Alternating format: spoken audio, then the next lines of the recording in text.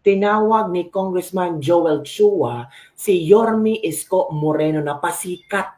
Tahol ng tahol parang aso. Olol, halaka. Sinagot na ni Congressman Joel Chua si Mayor Isko Moreno hinggil sa mga paratang ni Isko Moreno kay Joel Chua. Gusto niyo bang marinig ang statement, ang sagot ni Congressman Joel Chua? Nako, ano kaya magiging sagot din ni Isko Moreno? Bakit hindi po yung DPWH ang kanyang sitahin sa sinasabi po niya mga requirement? Ang trabaho namin po bilang congressman ay mag-propose lamang. Kami po ay kung mapagbibigyan, salamat. Kung hindi po kami mapagbibigyan, wala po tayo magagawa. Pasikat lamang ito eh. Di ba? Naghahanap lang ng content sa kanyang vlog. Hindi pa tapos sa kanyang eleksyon. Hanggang ngayon, may hangover pa to sa eleksyon. Hindi mo maintindihan. Alam po ninyo, this is not about Isko Moreno or Joel Chua. This is about the City of Manila and the people of City of Manila. Dapat po kami, ang local government at ang national government ay nagtutulungan para nag-iisip po ng mga makabuluhang proyekto. Eh wala po siyang ginawa kung hindi gibain ng gibain yung mga ginagawa po namin. Mga programa naman, ang makikinabang naman, mga taong bayan. Kagaya po nung giniba niyang barangay hall. Ako po'y matagal na nananahimik. Pero alam po ninyo, umikot po kayo sa Maynila, 90% ng barangay hall nasa kalye. O ngayon, kung sinasabi po niya na ito po ay illegal, di dapat lahat po yan, gibain niya. Hindi yung pinipili lang niya yung sa akin at saka kay Congressman Valeriano. Pumunta po kayo sa Abad Santos, meron po diyang police station na nasa kalye rin. E di dapat gibain din po niya yun kung talagang seryoso siya. Eh kaso nangyayari sa kanya, selective. Pati po yung mga konsyal ko, pati yung mga barangay chairman ko, ginigipit po niya. Eh masyado po siyang bullying mayor. So, kung hindi to politika, bakit pinipili lang niya yung gigibain niya at piniperwisyo niya? Bakit puro mga kalaban lang niya ang ginigiba niya? Kami po, nanalo po kami. Pag ikaw po ay nanalo, ako po kasi naniniwala na ako po ay representante, hindi lang ng mga bumoto sa akin. Representante po ako ng lahat ng mga tao sa 3rd District ng lungsod ng Maynila. Kaya dapat po lahat yung pinagsisilbihan ko. Hindi po yun namimili lamang ako. Kahit po mga kalabang ko sa politika, mga hindi po sa akin tumulong, pagka lumapit po sa akin, lahat po yan tinutulungan natin. At lahat po yan, binibigyan din natin ng atensyon. Kaya ako po, sa totoo lang, tapos na yung politika sa akin eh. Kaya kung mapapansin po ninyo, 2 buwan, lahat ng atake niya sa akin, hindi po ako nagsasalita. Nung nagsona po, ako pa po mismo ang lumapit sa kanya para batiin ko po siya. 2 beses ko na po nilalapitan yan para batiin. Kaya lang po siya, hindi pa po, may hangover pa po to sa politika. Kaya po hanggang ngayon, kinokopya pa niya yung dating Pangulo, pamura-mura pa. O ngayon, ito po tanong ko. Kung kami po kaya ay magkakampi, ganyan din po kaya ang gagawin niya? Naku, ano kaya ang maging reaction ni Isko knowing this answer from Congressman Joel Chua? Naku, maghintay tayo mga kabibig ha. Baka later may pasabog itong si Mayor Isko Moreno, mga kabibig. Naku.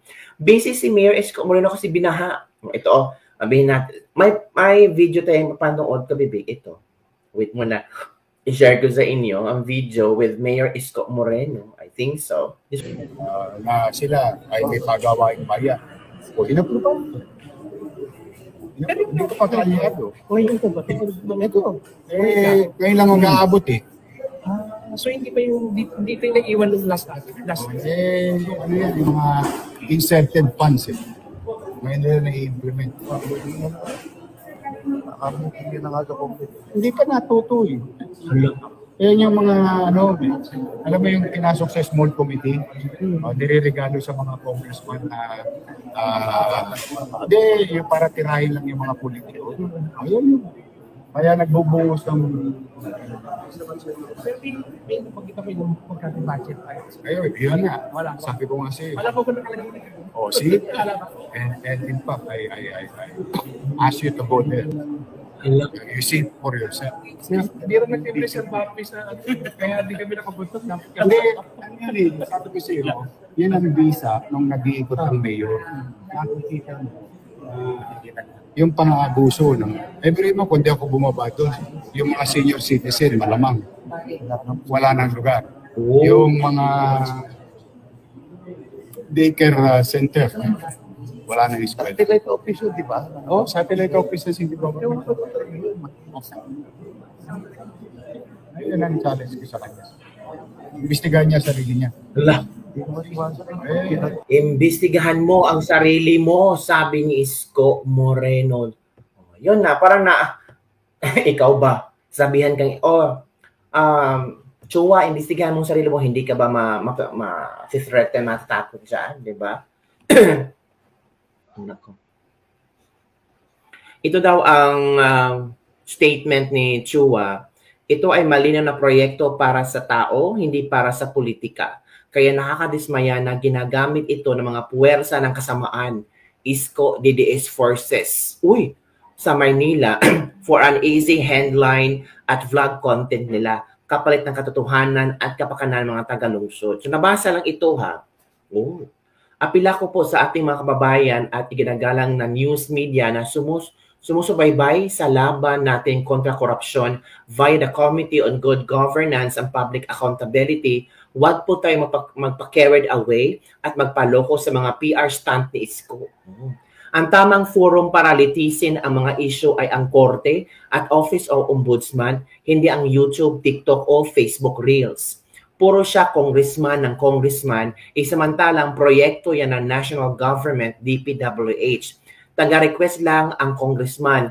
Yung approval, implementation, pati permits, lahat yan DPWH ang nangangasiwa. Wala pa rin po akong kinalaman sa bidding at pagpili ng kontraktor. So kung talagang matapang si Mayor Isko Dumagoso, matapang ka ba talaga Isko or pang-vlog ka lang? Huwag ako ang tahulan niya, kundi ang national government at ang DPWH. Sa mga kababayan ko sa Manila 3rd District, ipaglalaban ko po ang proyektong ito dahil ito ay para sa inyo. Hindi ko hayaang ipahinto ang isang matimong proyekto na magsisilbi bilang puso ng komunidad sa Santa Cruz at maghahati ng tunay na serbisyo sa inyo. Wakas. Ito ha, may statement na. Statement by Attorney Joel R. Chua, Representative 3rd District of Manila. Yun kapipig. May statement na pala si Congressman Joel Chua.